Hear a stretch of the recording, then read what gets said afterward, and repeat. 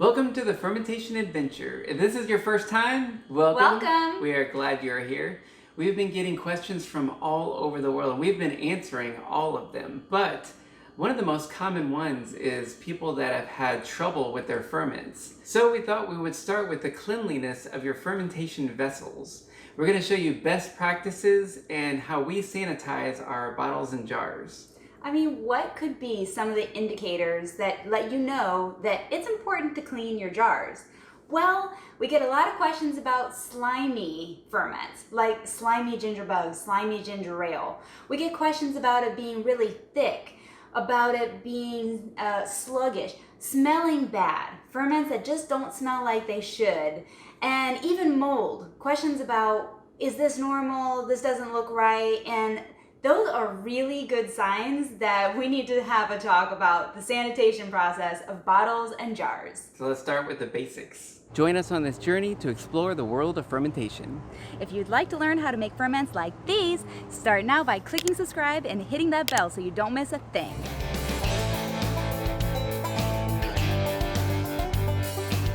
There are two ways that you can clean your jars and your bottles. And I'm going to be using, I have a feeling, jars and bottles interchangeably throughout this video, so beware. So the two methods are sanitization and sterilization. We're going to show you the steps to sanitize and sterilize your jars and bottles. And at the end of this video, we're going to give you our top tips to have healthy ferments. So what is the difference between the two? So sanitization, you can probably think of just as general cleanliness.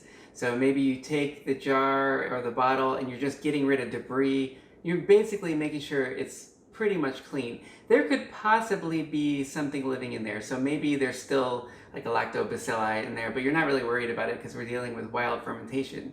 Sterilization, on the other hand, is the nuclear option. You are just getting rid of everything and there's nothing going to survive that. So first, let's get into sanitization. Step 1, give it a rinse. And we really do have 4 different types of bottles that truly need good sanitizing right now, because I don't want to cross-contaminate. We have a bottle that held ginger ale, we have one that held the sweet potato fly, we have a blueberry rhubarb soda one, and we made tepache. So that's 4 different types of ferments, so definitely we need to give these a rinse. It's important to use hot water. I usually let this run for a little bit until it gets pretty warm. Not boiling, but warm. On a side note, we're rinsing this in chlorinated water, so it'll help a little bit in sanitizing it. Step 2, let it soak. This is where we're going to add a little soap to the bottles and let it soak with some hot water for a little while. 15 minutes, half hour, an hour, whatever you feel like. Basically, you're trying to get any of the extra sediment kind of off of the bottle. You can use any kind of soap, but we actually like Dr. Bronner's Castile soap, and that seems to work pretty well. I actually just pour a little bit in each bottle. Woo. Once it's warm, you fill up each of the containers, and then I'll set it to the side. So I'm going to do that for each of these jars and bottles. Step 3, wash and scrub. Time to scrub it. So I'm going to pour out just the top part because it was like that white residue from the soap. And I'm going to use a bottle brush. Whoa! So you can see it fits right in there so that we can clean the inside of this bottle.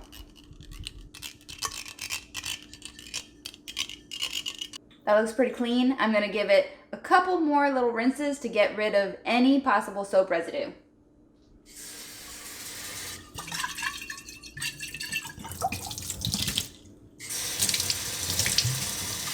And repeat for each bottle. For the jar, I'm just going to use my little sponge. Kind of get in there. Step 4, let it dry. So when you're drying these, they dry best upside down so then they can drain out. So for the jars, what we like to do is we like to use a drying rack. You might have a drying rack that you use that just kind of sits on your counter. We have one that actually goes right over the sink, which is kind of cool. So this is silicone, it's really strong. We use it for pots and everything, but it works really well for all these jars. For the bottles, we like to use a drying rack that's made specifically for those bottles and works really, really well. We like to store it right up here on the refrigerator so it's out of the way. But check this out. This is a pretty cool little drying rack. It has all of these little fingers that stick out. Stick it on there, and then really in no time, just gravity pulls all of the moisture downward. It goes into this little catch funnel, and then it just evaporates. And it comes with, I think, 5 levels. So you can have 5 levels. So it's almost like a Christmas tree of bottles, which is kind of cool. But many times we'll have 10, 15 bottles on this thing, and they're all just drying for us. Step 5, store it. So when we store all of our jars and bottles, we just store them in a cupboard just to keep them away from the dust. And what we like to do with the bottles is we leave the cap on, but we don't actually crank it down, just so it keeps that little rubber seal intact, the little silicone. If you leave that on there, they kind of wear out a little bit faster. So we pop that open and we just close it so no dust gets inside. And for the jars, we actually either store them upside down without the lids, just so nothing gets inside, or if you look in there, we also store them with lids on there. Step 6, before use, rinse it again. Once it's dry and you're ready to use it in one of your ferments, one of the first things I'd recommend is to rinse this out with non-chlorinated water. Just 1 or 2 quick rinses before you use it. And that just makes sure there's less chlorine residue left inside the jar. For most ferments, sanitization is probably good enough, and it's always worked for us. But if you're experiencing problems with your ferments, or you want to guarantee that you're not going to have any kind of cross-contamination, then try to go with the extra step and sterilize your jars and bottles. And there are a few different ways to sterilize. You could use heat, you could use chemicals, or you could use a combination of both. You can pour boiling water onto the bottles and jars. And what we like to do is we like to use just our hot water kettle. I'll fill it up with water. And it doesn't matter if you're using non-chlorinated water because you're trying to sterilize it anyway. Now let's heat it up. The good old-fashioned boiling water sterilizes just about anything. So what I'm going to do is really just kind of pour it into the jar. Fill the whole jar or bottle up, and then just let it cool naturally. So taking a method from the canning world, say if you have one of these big stock pots that we do, if you have a lot of jars that you want to sterilize all at once, it's probably a good idea to have a big pot. Now, if you're gonna boil all of this together, you want to keep everything off the bottom.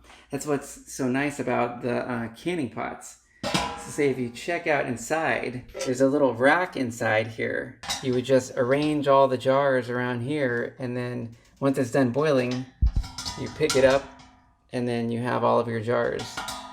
Another nice method is, I don't know if a lot of you out there have those instant pots that are about this size, but you just plug them into the wall. And a lot of them actually have a sanitize function.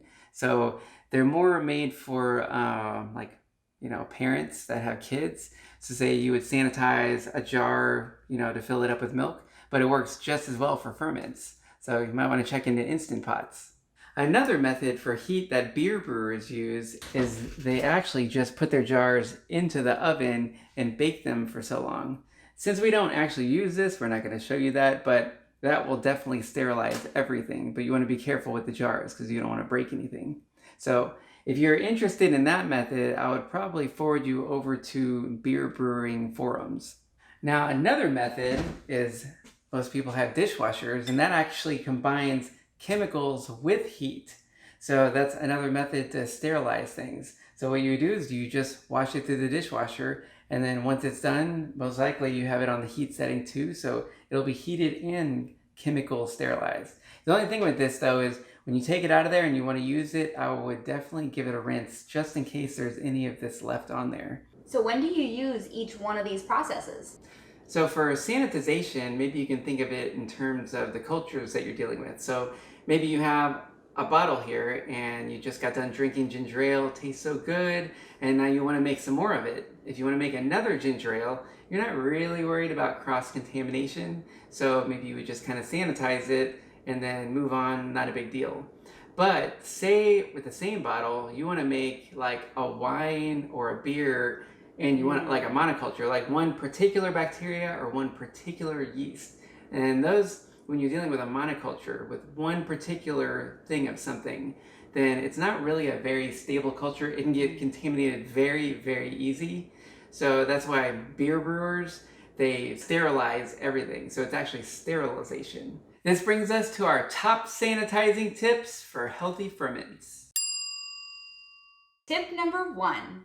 Don't forget to use the same sanitizing process for all of your fermenting tools. So we're talking about the funnels, the lids, the spoons, all of it need to also be sanitized and kept clean in order not to get all the bacteria across all your other ferments. Tip number 2.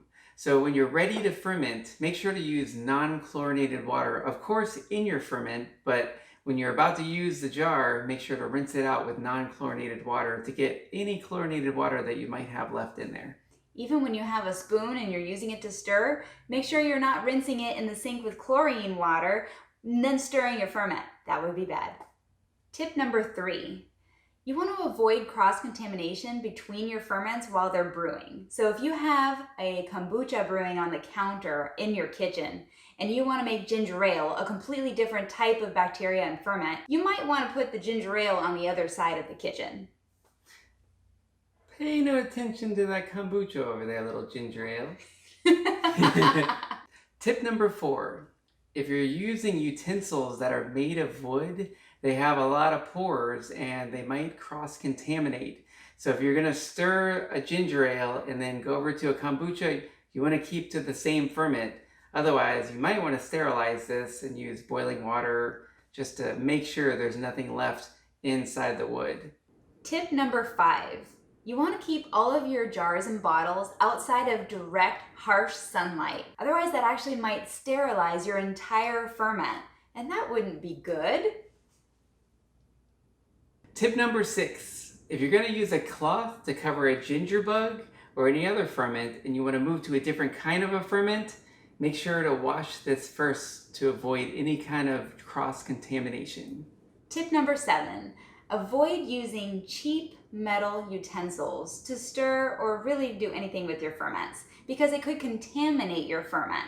Now, good options are silicone, stainless steel, ceramic, or even glass.